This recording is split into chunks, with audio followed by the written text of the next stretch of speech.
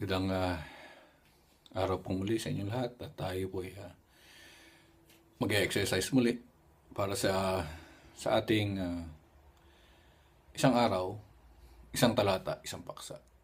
At sa pagkakataon po ito, ang ating talata ay hinago buhat sa Mateo 4 at talatang 4 na kung saan nakasulat ay dadapwat siya'y sumagot at sinabi, nasusulat, hindi sa tinapay lamang mabubuhay ang tao, kundi sa bawat salitang lumalabas sa bibig ng Diyos.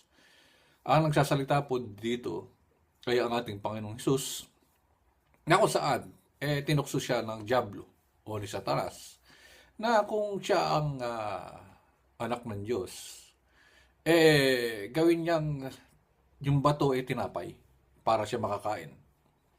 Kaya sabi ng ating Panginoon, sumagot siya, hindi lamang sa tinapay mabubuhay.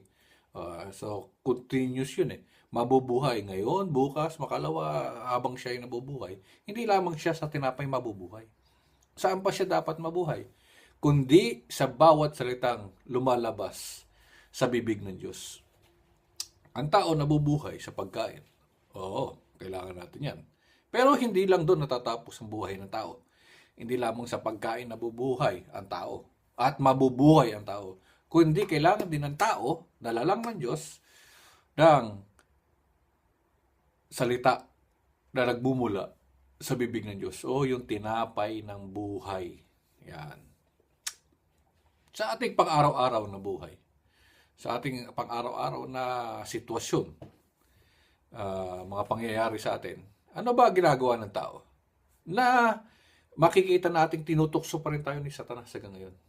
Doon sa sinabi niya, gawin mong tinapay itong batong ito. Kung ikaw ay anak ng Diyos. Paano paraan? Paano paraan natutokso tayo o tinutokso tayo ni Satanas o na Diablo na gawin din nating tinapay yung bato? Kagaya ng panunukso niya sa ating Panginoong Jesucristo.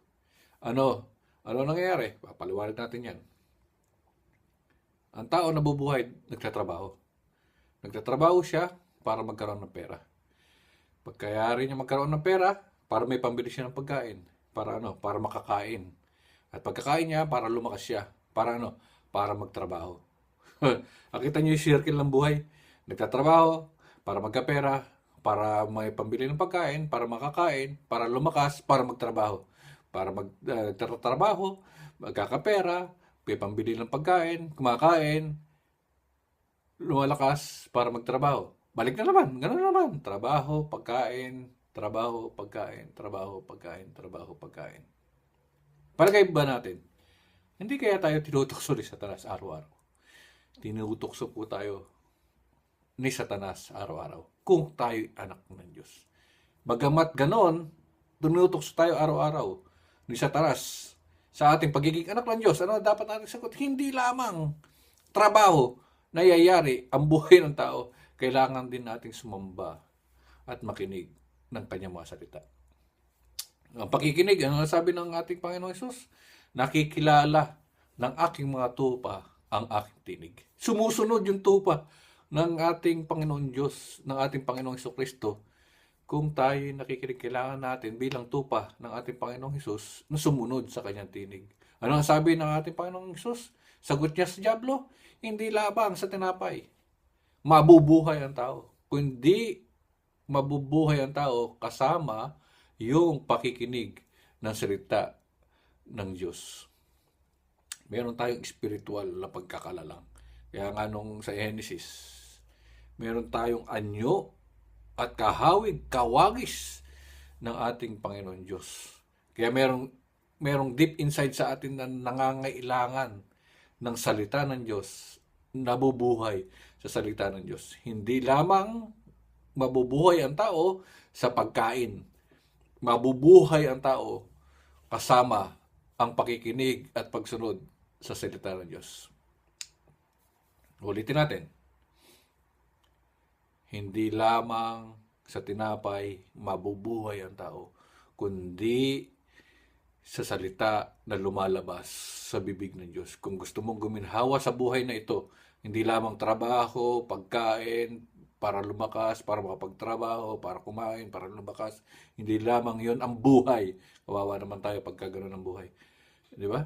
We just exist. Yung living, nawala. Namiss natin yung living. We just exist. Para lang tayong kabuti na nabuhay. At pagkayari na ni makawala. Hindi lamang sa pagtatrabaho tayo mabubuhay. Kailangan din natin ng guidance ng salita ng ating Panginoon Diyos sa ating pang-araw-araw na buhay. Kung gusto mong guminhawa, hanapin mo ang katuwiran ng Diyos at ang lahat ng mga bagay na ito ay pawang idaragdag sa atin.